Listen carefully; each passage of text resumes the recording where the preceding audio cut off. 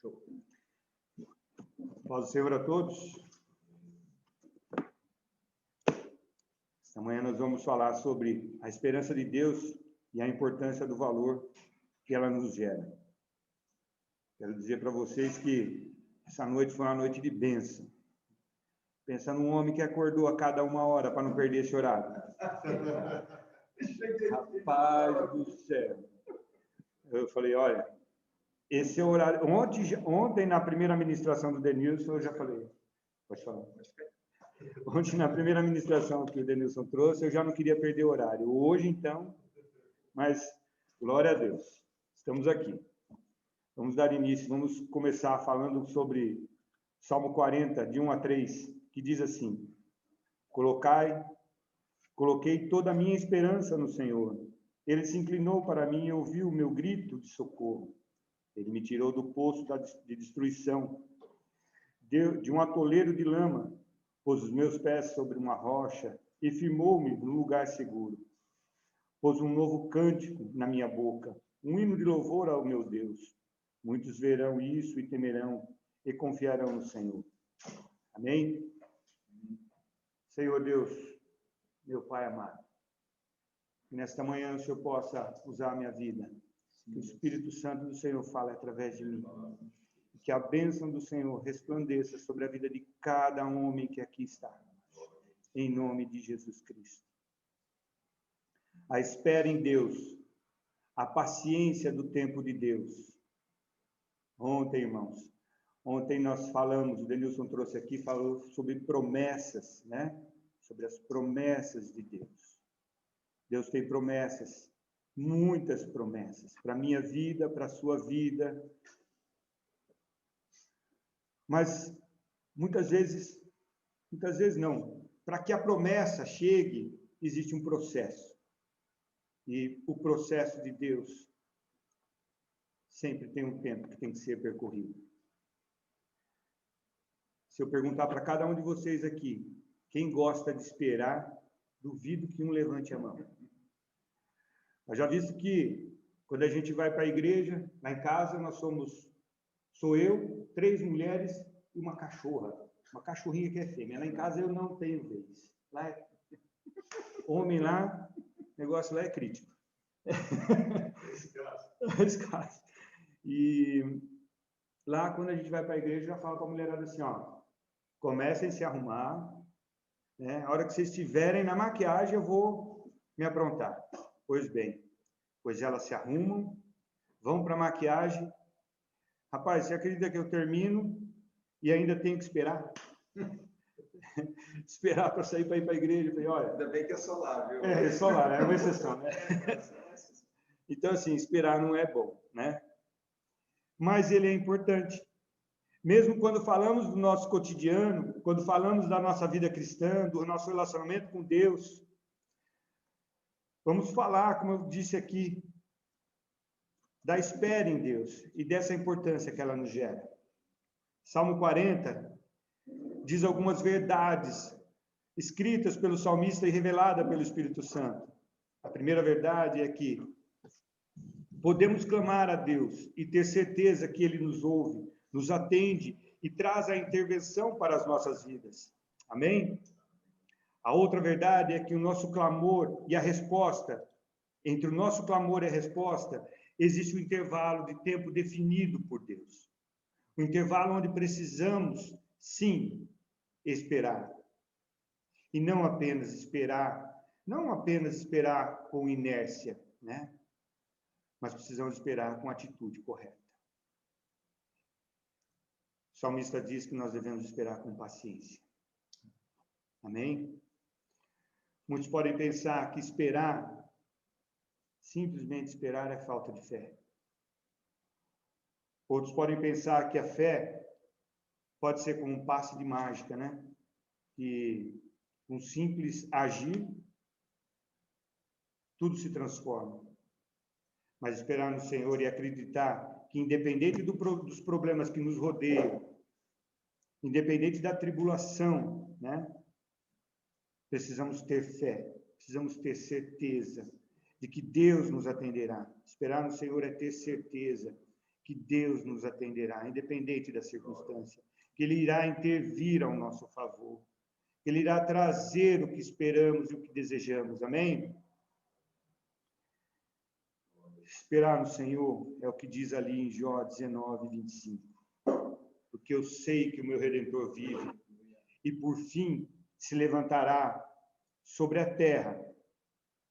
Esperar no Senhor não é falta de fé. Esperar em Deus é entender que, se a vontade dEle, todos os nossos problemas podem ser resolvidos, sim, com seu simples querer, com seu simples agir. Mas esperar no Senhor é um passo importante para o nosso amadurecimento, para o nosso crescimento espiritual. A espera em Deus é necessário para que venhamos viver a plenitude do propósito de Deus em nossas vidas. Eu quero trazer para vocês aqui uma experiência de vida que vem sobre mim no início dessa pandemia. Eu sempre achei que fui um cara seguro. Tinha meu plano A, tinha meu plano B e tinha meu plano C. Dizia para mim, olha, se o plano A não dá certo, tem o plano B, que é minha esposa. O trabalho dela, as coisas dela. Se o plano B ou A não der certo, eu tenho a minha empresa de software, vou tocar tudo. Veio a pandemia, finalzinho de fevereiro, comecinho de março, o plano A caiu por terra na hora. Foi cortado. O plano B caiu 70%. E o C, eu tinha 4 projetos rodando, sabe? O negócio estava no auge. Então, de 100 para 10 em 10 segundos. Eu falei, meu Deus, o que vai acontecer agora? E vem aquela preocupação, vem aquele medo, né? E o beleza aqui, como o pastor falou agora há pouco, há um ano atrás, muito envolvido com a obra, né? Muito não, envolvido com a obra, e achei por bem que deveria dar um tempo. Jeová é top. É bem assim mesmo. Aí sabe o que aconteceu? Deus deu um arroxo, que fez com que as coisas pudessem voltar nos eixos, sabe? Um tempo de luta, um tempo de dificuldade, mas um tempo onde Deus ajustou muitas coisas em minha vida. Um tempo onde eu achava que eu não, ou melhor, um tempo onde eu pensava que eu não teria recursos para sanar os meus compromissos.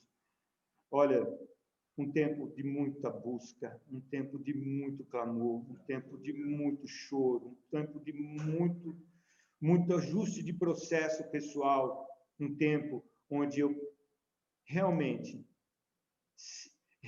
falei para Deus, Deus, agora é com o Senhor. Agora é com o Senhor, porque eu já não tenho mais forças. Sabe, irmãos? É nesse tempo, no tempo onde você não tem mais forças, né? No tempo onde você fala, Deus, realmente, agora é com o Senhor, no tempo onde você realmente consegue entregar tudo a Ele, é assim que Ele quer.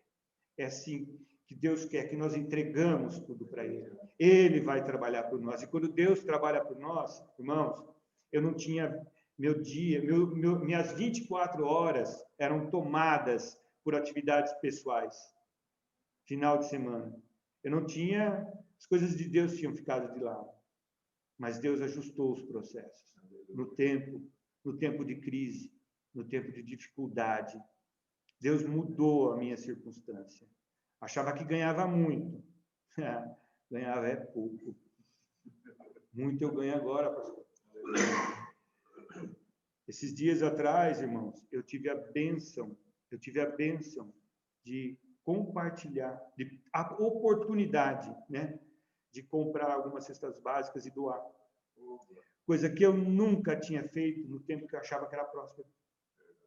Não porque eu não tinha, mas sim porque esse tempo de olhar para o próximo estava muito escasso.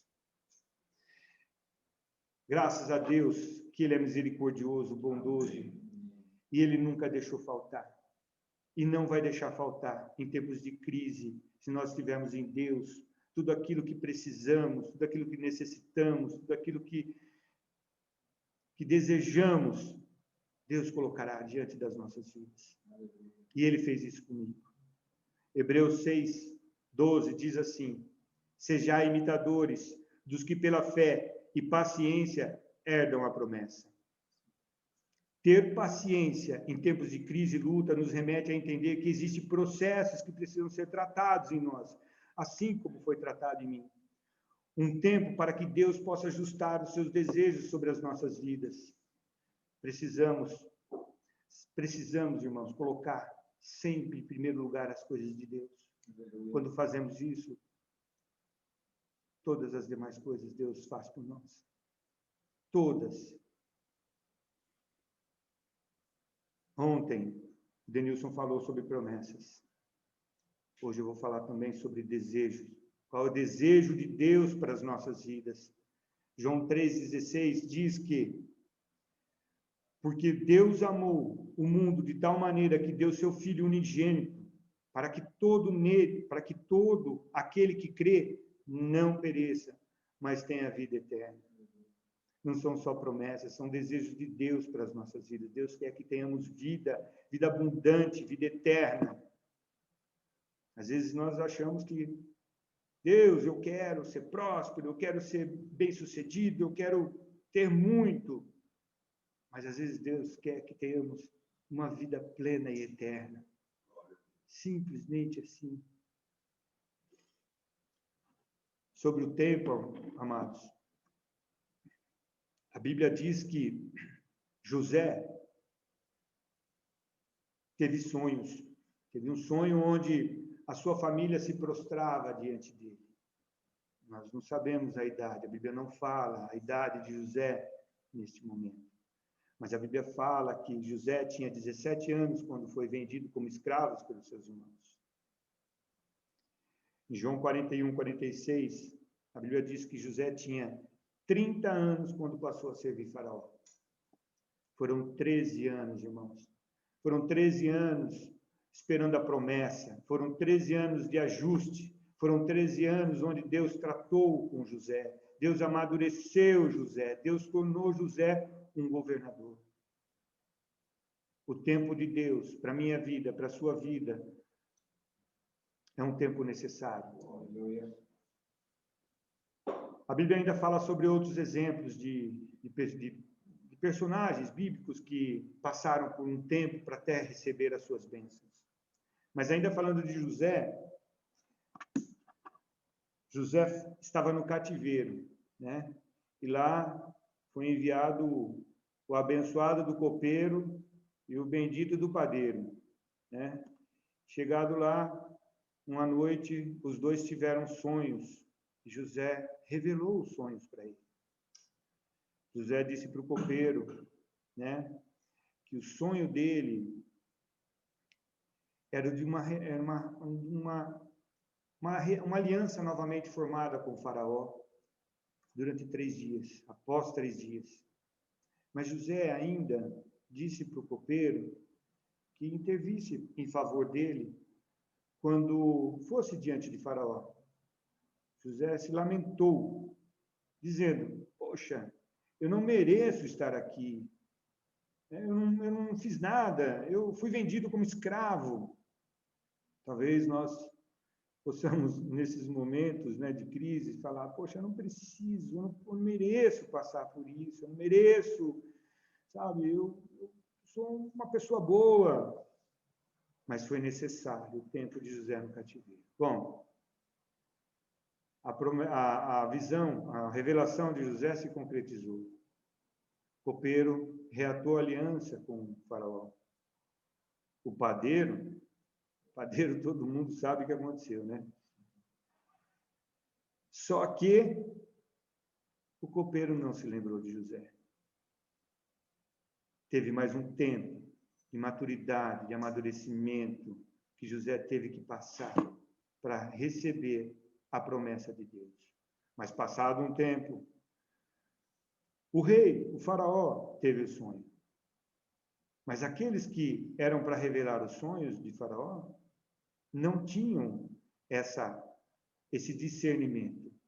E o copeiro que ali estava, neste momento, se lembrou de José. José revelou a faraó o sonho dele.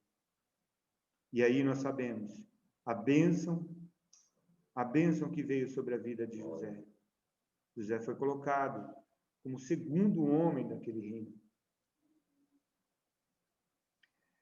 Foi necessário José ter paciência para passar o tempo que passou, para amadurecer, para ter sabedoria e entendimento da vontade de Deus para a sua vida. Somente após este período ele estava preparado, sim, como eu disse, para ser governador.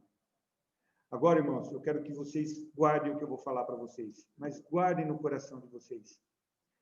Para viver a plenitude que Deus tem para as nossas vidas, precisamos aprender a esperar e entregar o que temos nas mãos de Deus.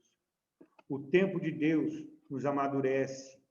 O tempo de Deus nos faz pessoas melhores, nos faz maridos melhores, pais melhores e filhos melhores. O tempo de Deus é necessário. Amém?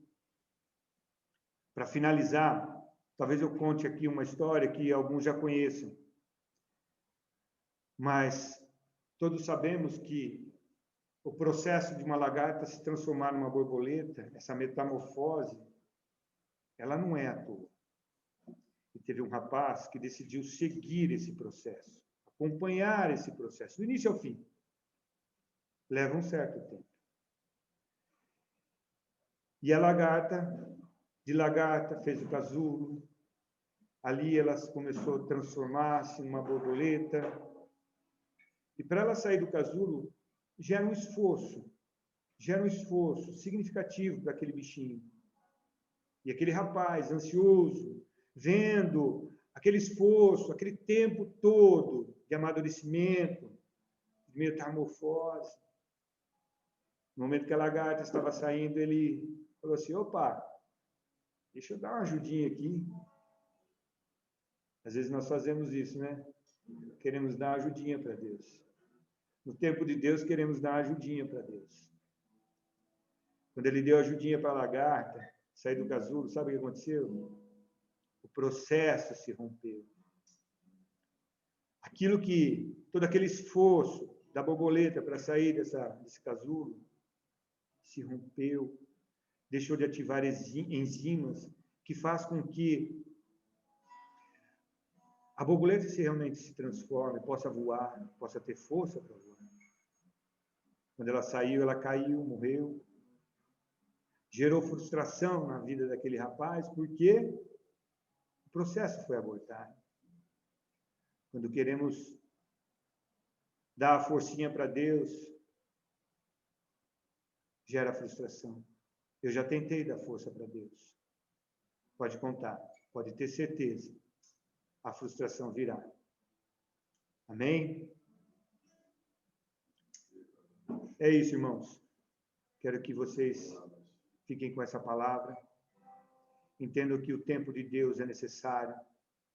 Entendam que no tempo de aflição, Deus vai prover o que nós precisamos e o que nós desejamos. Mas o tempo de Deus é necessário que passamos. Porque muitas coisas de bênçãos, tenho certeza que Deus trará para a minha vida, para a sua vida, em nome de Jesus. Amém? Glória a Deus. Obrigado, tá? Amém? Glória a Deus. Você viu o que o Jackson falou, né? A borboleta, deixa eu falar algo para vocês, ela não precisa de um milagre, ela precisa de um processo, tá? E quando você aborta o processo, você aborta o milagre na sua vida, né? As coisas de Deus não acontecem. Então, Deus sempre vai revelar na sua vida destino, mas Deus não vai revelar processo. Ele chega em José e fala assim, José, é o seguinte, mano, você vai ser vendido, os caras vão bater em você, Potifar vai te prender, você vai para a cadeira, mas você vai se tornar governador. Ele fala assim, mano, seguinte, dá para mandar meu irmão Rubem, não? Ele não ia querer saber dessa parada. Então, assim, aprenda a esperar os processos de Deus. Eu me lembro que quando eu fui pregar a primeira vez, viu, Jackson? E aí eu desci, né? E aí o pastor Silvio lá da comunidade, né? Na hora que eu desci, o pastor Silvio falou assim, Nicola, daqui uns 3 anos você vai estar bom. Eu falei, caramba, 3 anos ainda. Aí eu fui entender que esses 3 anos, na verdade, quando eu peguei o meu canudo de teologia, eu entendi Deus falando assim, é isso que eu queria que você esperasse. Ou seja, não adianta, irmão, aquilo que você tem que passar, a parada é com você. Amém? Glória a Deus. Vamos lá, Andrezinho? Se Deus fizer, Ele é Deus. Se não fizer, Ele é Deus. Se a porta abrir, Ele é Deus. Mas se fechar, continua sendo Deus. Se a doença vier, Ele é Deus. Se curado eu for, Ele é Deus. Se tudo der certo, Ele é Deus. Mas se não der, continua sendo Deus.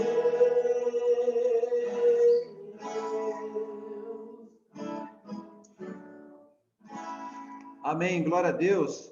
Eu vou deixar você aqui com essa última frase do meu amigo Jackson. Para vivermos a plenitude que Deus tem para as nossas vidas, precisamos aprender a esperar no Senhor e entregar tudo o que temos em suas mãos. O tempo de Deus nos amadurece, nos faz sermos pessoas melhores, maridos melhores, pais melhores e filhos melhores. Que nós possamos verdadeiramente compreender que a espera é nele. E quando você espera nele, é tranquilo, você dorme, você descansa. Deixa eu te falar, eu quero que você faça um exercício hoje, tá? Na hora que você terminar essa reunião, sai lá fora e dá uma olhada no bico do passarinho e vê se no bico do passarinho tem algum boleto para ele pagar. Não tem. Sabe por quê? Porque ele depende de Deus, verdadeiramente ele confia em Deus. Então, confie e espere no Senhor, é Ele que supre as suas necessidades, as suas emoções, né? Ele que enche teu espírito. Amém? Que você tenha um dia excepcional, que seu dia possa ser mais do que abençoado. Deus, nós entregamos esse dia na tua presença. Gratidão, Pai. Obrigado por o Senhor nos ensinar mais uma vez a esperar e confiar no Senhor. Como diz Davi, esperei pacientemente em Ti. E em Ti continuaremos, esperamos, Pai. Sabemos que o Senhor está trabalhando a nosso favor, porque o Senhor trabalha, Pai, a favor dos seus filhos, o Senhor trabalha a favor da nossa família, o Senhor é um Deus que está conosco, a tua palavra diz, se o Senhor é conosco, quem será contra nós? Quem é o doido que vai contra nós? Pai, obrigado, Pai, porque o Senhor é Deus sobre nossas vidas, nós te agradecemos, nosso coração enche de alegria, porque o Senhor é Deus sobre nossas vidas. Fica com cada um agora, e continua transbordando, Pai, continua enchendo o espírito de cada um agora com o teu Espírito Santo. Em nome de Jesus, dá a eles um dia abençoado. É a minha oração agradecida em nome de Jesus. Amém. Graças a Deus, Deus abençoe vocês. Vão na paz do Senhor. Cadê o Andrezinho para finalizar? Porque Ele vive, posso crer no amanhã. Porque Ele vive, temor não há, mas eu bem sei, eu sei que a minha vida está nas mãos do meu Jesus, Ele está nas mãos do meu Jesus, Ele está. Eu não sei como é que alguém ainda não vê nas reuniões dessa, só está perdendo. Só para avisar vocês, agora nós vamos comer pastel. Pastel, você não veio, você não vai comer pastel. Deus abençoe vocês, vão na paz do Senhor. Tchau.